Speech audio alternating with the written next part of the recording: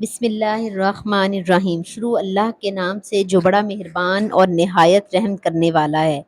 1,00,000 حج اور 10,000 قرآن پاک پڑھنے کا ثواب ملے گا جو یہ تسبیح پڑھے گا۔ محمد صلی اللہ علیہ وآلہ وسلم نے فرمایا، محترم ناظرین، قرآن پاک اللہ تعالیٰ کی آخری آسمانی کتاب ہے جو اللہ تعالیٰ نے اپنے پیارے محبوب صلی اللہ علیہ وآلہ وسلم پر 23 سال کے عرصے میں نازل فرمائی۔ یہ کلام پاک ایک ہی مرتبہ نازل نہیں ہوا بلکہ 23 سال کے عرصے میں تھوڑا تھوڑا نبی آخر الزمان صلی اللہ علیہ وآلہ وسلم پر نازل ہوا، اور اس میں اللہ تعالیٰ نے تمام جن و انس کی ہدایت اور رہنمائی کے لیے مختلف صورتوں اور آیات کا حوالہ دیا ہے، جن کی تلاوت ان کے درود اور وظائف کر کے انسان اپنی دنیا اور آخرت سنوار سکتا ہے، اور اس کلام میں موجود مختلف صورت، آیات اور حوالہ جات سے اپنی مشکلات اور تنگ دستیوں کو دور کرنے اور اپنی خواہشات کی تکمیل کے لیے وظیفے اور ذکر کر سکتا ہے۔ قرآن پاک میں ارشاد ہوتا ہے کہ بے شک دلوں کا سکون تو اللہ کے ذکر میں ہے، اس لیے انسان سکون قلب کے لیے اللہ تعالیٰ کی عبادت اور کلام پاک کی تلاوت کر کے خود کو تازہ تر اور پرسکون محسوس کرتا ہے۔ اس کے علاوہ اللہ تعالیٰ نے شیاطین، جنات اور مختلف قسم کی دیگر مخلوقات سے محفوظ رہنے کے لیے بھی مختلف صورت اور آیات کا حوالہ دیا ہے، حتیٰ کہ انسان کے رزق میں وسعت، برکت اور کشادگی کے لیے بھی اللہ تعالیٰ نے سینکڑوں آیات متعارف کرائی ہیں جو اس کلام پاک کے اندر موجود ہیں۔ اللہ تعالیٰ نے اپنی وحدانیت کا تعارف بھی اس کلام پاک کے ذریعے انسانوں تک پہنچایا، جس کے ذریعے لوگ اللہ تعالیٰ کو واحد و یکتا جان کر اس کو قادر مان کر اس کی عبادت کرتے چلے آتے ہیں۔ اس طرح سے ہمارا آج کا وظیفہ بھی ایک ایسی سورت کی آیت کا وظیفہ ہے جس کی کلمات کو پڑھنے سے ثواب تو ملے گا ہی، لیکن اس کے ساتھ ساتھ 1,00,000 حج اور 10,000 قرآن پاک پڑھنے کا بھی ثواب ملتا ہے۔ حضرت محمد صلی اللہ علیہ وآلہ وسلم نے فرمایا، جو اللہ تعالیٰ کے پاک کلام کی اس سورت کی آیت کی تلاوت کرتا ہے، اللہ تعالیٰ اسے بے حساب و کتاب ثواب عطا فرماتا ہے۔ اس کی دنیا و آخرت سنور جاتی ہے، اس کی مشکلات ختم کر دی جاتی ہیں اور اس کی خواہشات کو پورا کر دیا جاتا ہے۔ ناظرین، وظیفے سے آگے بڑھنے سے پہلے یا آپ کو ان کی آیات سے متعارف کرانے سے پہلے آپ کو اللہ تعالیٰ کے پاک کلام کا مختصر تعارف بیان کرتے ہیں۔ قرآن میں صرف اللہ تعالیٰ کا کلام ہے، کسی انسان، جن یا فرشتے کا کلام اس میں شامل نہیں۔ اسے اللہ تعالیٰ نے خود ہی کلام اللہ یا آیت اللہ فرماتے ہیں۔ ارشاد باری تعالیٰ ہے تاکہ وہ کلام اللہ کو سن لے۔ وہ اللہ کی آیت کی تلاوت کرتے ہیں۔ قرآن اللہ تعالیٰ کا کلام ہے اور کلام کرنا اللہ تعالیٰ کی صفت ہے، اسی لیے یہ بھی اللہ تعالیٰ کی ذات کی طرح غیر مخلوق ہے۔ بے شک وہ لوگ جو اللہ کی کتاب پڑھتے ہیں اور نماز قائم کرتے ہیں اور ہم نے انہیں رزق دیا، اس میں سے پوشیدہ اور اعلانیہ خرچ کرتے ہیں اور ایسی تجارت کی امید رکھتے ہیں جو ہرگز ضائع نہیں ہوگی۔ آپ صلی اللہ علیہ وآلہ وسلم نے تلاوت قرآن پر ثواب کی بشارتوں یوں ارشاد فرمائی ہیں، جو شخص قرآن مجید کے ایک حرف کی تلاوت کرے گا اسے 10 نیکیوں کا ثواب ملے گا۔ میں یہ نہیں کہتا کہ الف لام میم ایک حرف ہے، بلکہ الف ایک حرف ہے، لام میم ایک حرف ہے اور میم ایک حرف ہے۔ ناظرین، اللہ تعالیٰ کے بہت سے بندے ایسے ہیں جنہیں حج کرنے کا شوق ہے، لیکن وہ حج اور عمرہ نہیں کر سکتے کیونکہ ان کے پاس اتنا مال و دولت نہیں، اتنی دولت، اتنے پیسے نہیں ہیں کہ وہ حج کر سکیں، اور دوسرا، اللہ جسے چاہتا ہے وہی حج اور عمرہ کرتا ہے۔ یعنی اگر پیسے ہیں بھی لیکن اگر اللہ نہ چاہے تو وہ بندہ حج اور عمرہ نہیں کر سکتا۔ تو آج آپ کو جو کلمات پڑھنے کے بارے میں بتائیں گے، اگر آپ وہ کلمات، وہ آیات پڑھ لیتے ہیں تو آپ کو پورے 1,00,000 حج کے برابر ثواب ملے گا۔ اس طرح اگر آپ دن رات مکمل قرآن پاک نہیں پڑھ سکتے، یعنی چند ایک صورتیں پڑھ لیں یا کوئی آیت پڑھ لیں لیکن پورا قرآن نہیں پڑھ سکتے، تو وہ آیت ہیں جن کو پڑھنے سے آپ کا حج بھی ہو جائے گی اور آپ کے قرآن بھی ختم ہو جائیں گے۔ تو ناظرین، جس سورت کی یہ آیت ہے، اس سورت کے حوالے سے نبی پاک صلی اللہ علیہ وآلہ وسلم نے فرمایا، جو شخص اس سورت کی تلاوت کرے گا، خدا اس کے عیب چھپائے گا، اسے خوف کی حالت اور حساب و کتاب کے موقع پر پریشانی میں آرام و سکون بخشے گا۔ تو وہ آیت ہے پارہ نمبر 25 سورۃ الجاثیہ کی آخری 2 آیات ہیں جن کو پڑھنے سے 1,00,000 حج اور 10,000 قرآن پاک کے برابر ثواب ملتا ہے۔ سورہ جاثیہ قرآن کی 25ویں سورت ہے، سپارے میں واقع 45ویں سورت ہے جو مکی سورتوں کا حصہ ہے۔ جاثیہ گھٹنوں کے بل بیٹھنے کے معنی یعنی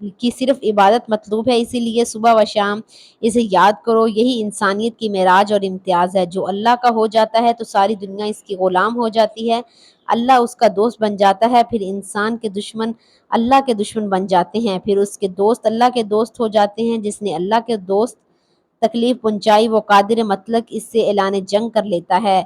اللہ کا تو ہو کر دیکھیں، اللہ کی ذات کو مقصد بنا کر زندگی گزار کر تو دیکھیں، اللہ کے لیے مرنا، اس پر مر مٹنا سیکھیں، اس کے لیے جینا سیکھیں۔ خوشی بھی وہی ہے جو اسے پسند ہو، غم میں بھی اس کا لحاظ اظہار بھی وہ جو اسے پسند ہے، اور خفا بھی جو اسے پسند ہو۔ ہر دم اور ہر لمحہ اس کی رضا مطلوب و مقصود ہو۔ اللہ تعالیٰ کی عبادت کے ساتھ ساتھ ہمیں ہر پل، ہر وقت، ہر لمحہ شکر ادا کرنا چاہیے۔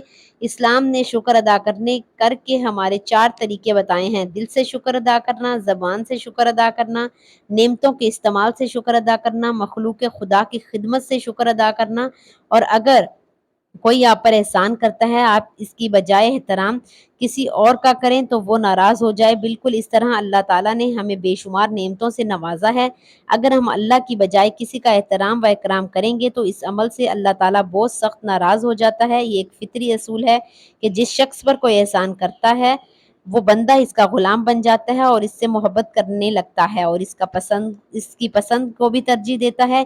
اسی طرح ہمیں بھی چاہیے کہ ہم اپنے حقیقی اللہ تعالیٰ کے احکامات کو ہر وقت ماننے کی اور ترجیح دینے کی کوشش کریں، زبان سے شکر ادا کریں، انسان اس کا اقرار و اظہار کریں، ریاکاری مقصود نہ ہو، اللہ تعالیٰ کی ہر دی ہوئی چیز پر الحمدللہ کہیں۔ مثلاً اللہ نے مجھے آنکھوں کی نعمت سے نوازا۔ بندوں کا شکر ادا کرنے کا مطلب یہ ہے کہ جب کوئی آپ کو چھوٹی چیز دے اس کو جزاک اللہ کہہ دیجئے تاکہ اس کے ذریعے اس کی دی ہوئی نعمت کا اس کو بدلہ مل جائے۔ حدیث میں آپ نے فرمایا کہ جو شخص بندوں کا شکر ادا نہیں کرتا تو وہ میرا بھی شکر ادا نہیں کرتا۔ تو اللہ تعالیٰ کی دی ہوئی نعمتوں کو عملی طور پر استعمال کرنا اور اس کا استعمال کر کے اظہار کرنا۔ ایک مشہور واقعہ ہے کہ ایک صحابی آپ کے پاس آئے اور انہوں نے میلے کچیلے کپڑے پہنے ہوئے تھے، جس پر آپ نے ناراضگی کا اظہار کرتے ہوئے فرمایا کہ جاؤ کپڑے صاف ستھرے پہن کر آؤ، کیونکہ اللہ تعالیٰ خود بھی جمیل اور خوبصورت اور جمال کو پسند کرتے ہیں۔ جب ہم اللہ کی دی ہوئی نعمتوں کا اپنے وجود پر اظہار کرتے ہیں تو اس سے اللہ تعالیٰ بہت خوش ہوتے ہیں، لیکن اگر استعمال نہ کیا جائے تو یہ بھی ایک ناشکری ہے۔ تو ناظرین چلتے ہیں آج کے وظیفے کی جانب۔ آپ نے کون کون سی آیات اور کون سے کلمات پڑھنے ہیں؟ تو جیسے آپ کو سورۃ الجاثیہ کی فضیلت کے بارے میں بتایا گیا ہے، یہ آیات بھی اس کی آخری 2 آیات ہیں۔ اس کو اب کسی طرح اور کس ترتیب سے پڑھنا ہے یہ توجہ سے سن لیجئے گا۔ ناظرین کوئی بھی وظیفہ شروع کرنے سے پہلے حضور صلی اللہ علیہ وسلم کی ذات پر درود پاک لازمی پڑھا کریں۔ تو یہ وظیفہ بھی شروع کرنے سے پہلے درود ابراہیمی 1 مرتبہ لازمی پڑھ لیں، ثواب کی نیت سے ایک بار میرے ساتھ بھی پڑھ لیں۔ اللہم صلی علی محمد وعلی آل محمد کما صلیت علی ابراہیم وعلی آل ابراہیم انک حمید مجید۔ اللہم بارک علی محمد وعلی آل محمد کما بارکت علی ابراہیم وعلی آل ابراہیم انک حمید مجید۔ ناظرین درود پاک پڑھنے کے بعد اب آپ نے سورۃ الجاثیہ کی آخری 2 آیات پڑھنی ہیں، جس کے پڑھنے سے 1,00,000 حج کا ثواب اور 10,000 قرآن پاک پڑھنے کا ثواب ملتا ہے۔ حضور پاک صلی اللہ علیہ وسلم کا فرمان ہے، اور وظیفہ شروع کرنے سے پہلے اور بعد میں درود پاک پڑھنے سے کوئی وظیفہ، کوئی بھی کلام اس کی قبولیت میں کوئی شک نہ رہتا ہے۔ تو آج کی وجہ سے آیات بھی سماعت فرما لیں۔ فَلِلَّهِ الْحَمْدُ رَبِّ السَّمَاوَاتِ وَرَبِّ الْأَرْضِ رَبِّ الْعَالَمِينَ وَلَهُ الْكِبْرِيَاءُ فِي السَّمَاوَاتِ وَالْأَرْضِ وَهُوَ الْعَزِيزُ الْحَكِيمُ۔ بس اللہ ہی کے لیے سب تعریفیں ہیں جو آسمانوں کا رب اور زمین کا رب ہے، تمام جہانوں کا رب ہے، اور اس کے لیے آسمانوں اور زمین میں سب بڑائی ہے، اور وہی سب پر غالب کمال حکمت والا ہے۔ یہ بہت ہی کمال کی آیت ہے، اس میں اللہ تعالیٰ کی تعریف بھی ہے اور اس کی بڑائی اور اس کی حکمت کو بیان کیا گیا ہے۔ جو شخص یہ آیات یاد کر لیتا ہے اور چاہے تو چلتے پھرتے بھی ان کی آیات کی تلاوت کر سکتا ہے۔ اس کی تلاوت، اس کا ورد کرنے سے انسان کی تمام مشکلات دور ہو جاتی ہیں، اس کا رزق وسیع کر دیا جاتا ہے، وہ اللہ تعالیٰ کا محبوب بندہ بن جاتا ہے، اس کو ڈھیروں ثواب ملتا ہے۔ اس کے ماں باپ کو بھی بہت ثواب ملتا ہے۔ اس کی تلاوت کرنے والے کو 1,00,000 حج اور 10,000 قرآن پاک پڑھنے کی برابر ثواب ملتا ہے۔ اللہ پاک سے اپنی حاجت کو طلب کریں، انشاءاللہ اللہ پاک اس کی حاجت کو پورا فرما دے گا۔ اگر آپ کا کوئی بھی وظیفہ آپ کا کام نہیں کر رہا تو یہ عمل لازمی کر کے دیکھ لیں، انشاءاللہ اس عمل کے بعد پتہ چلے گا کہ وظائف عام کیسے ہوتے ہیں۔ ساری زندگیاں عمل کرتے رہو گے اور دولت پیسے دونوں ہاتھوں سے سمیٹتے رہو گے۔ جس نے اس عمل کو کیا مالا مال ہو گیا، دولت بے حساب و بے تحاشا پائی ہے۔ تو محترم ناظرین، آج جب آپ اس عمل کو کریں گے تو انشاءاللہ آپ دیکھیں گے کہ آپ کے کام کیسے بنتے چلے جائیں گے۔ جو بھی آپ کے کام اٹکے ہوئے ہیں وہ صحیح ہو جائیں گے۔ آپ کا دولت کا مسئلہ ہے، صحت کا مسئلہ ہے، بیماری کا مسئلہ ہے، جو بھی زندگی میں مشکلات چل رہی ہیں انشاءاللہ وہ دور ہو جائیں گی۔ آپ کی زندگی میں خوشی آ جائے گی، آپ کی زندگیوں میں آسانیاں آ جائیں گی۔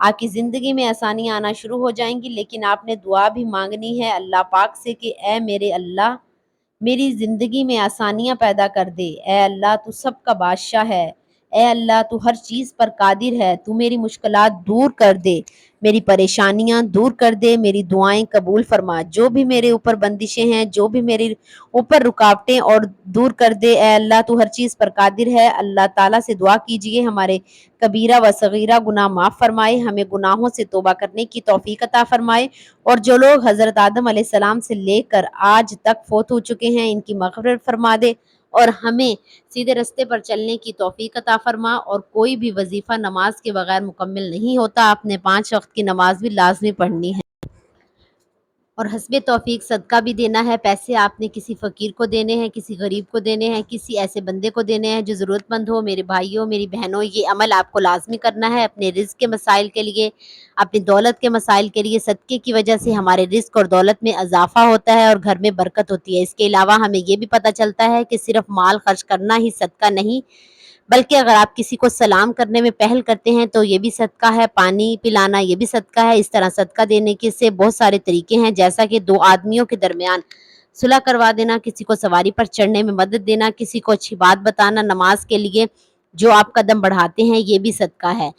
رستے سے رکاوٹ اور پتھروں کو ہٹا دیں، دوسروں کو فائدہ پہنچانا، کسی کو دعا دینا، کسی کو پڑھانا یا کوئی چیز سکھانا، کسی کو اچھی بات بتانا، کسی کو مسکرا کر دیکھنا، کسی مصیبت میں پھنسے انسان کی مدد کرنا، وقت نکال کر اپنے ماں باپ کے ساتھ وقت گزارنا، کسی کی طبیعت پوچھنا، کسی کی عیادت کرنا، کسی پریشانی یا آزمائش پر صبر کرنا، نیکی کا حکم دینا، برائی سے روکنا، کسی کو معاف کر دینا، اس کے باوجود آپ اسے صدا دینے کا اختیار رکھتے ہو، یہاں تک کہ اپنی بیوی کو اپنے ہاتھوں سے کچھ کھلانا، اس سے پیار محبت کی باتیں کرنا بھی صدقہ ہے۔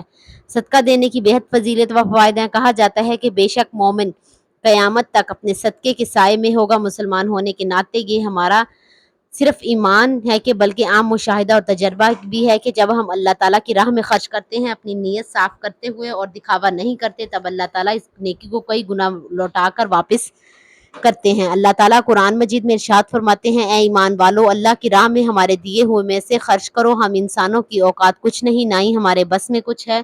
ہم سب پر ساری عنایتیں اس رب کی ہیں جو اس جہاں کا مالک ہے، اور اس ذات کا کرم ہے کہ اس نے ہمیں دینے والوں میں سے بنایا، لہٰذا ہمارا یہ فرض ہے کہ ہم اس کو عطا کردہ رزق سے غریبوں، مسکینوں، لاچار، مجبور، ضرورت مند، یتیموں اور بے سہارا لوگوں کی مدد فرمائیں، ان کی ضروریات کا اس طرح خیال کریں جس طرح اللہ سبحانہ و تعالی ہماری ضروریات کا خیال اور ہمارے گناہوں کا پردہ رکھتے ہیں۔ تو ناظرین، وظیفہ کرنے کے بعد اللہ کی بارگاہ میں رو رو کر گڑ گڑا کر دعا کرنی ہے، اے گناہ گاروں کو بخشنے والے، عیبوں پر پردہ ڈالتے ہوئے عظیم رب سب مسلمانوں پر اپنا کرم فرما، تنگ دستوں کے رزق میں وسعت عطا فرما اور بیماروں کو شفا عطا فرما، ہمیں صبر شکر کرنے والا بنا اور ہماری دنیا اور آخرت سنوار دے۔ آمین۔ دعا ہے کہ اللہ تعالیٰ نیکی کی بات کو سننے، سمجھنے اور اس پر عمل کرنے کی توفیق عطا فرمائے۔ آمین۔ ناظرین، کمنٹ باکس میں اللہ تعالیٰ کے 99 ناموں میں سے ایک نام ضرور ٹائپ کریں۔ شکریہ۔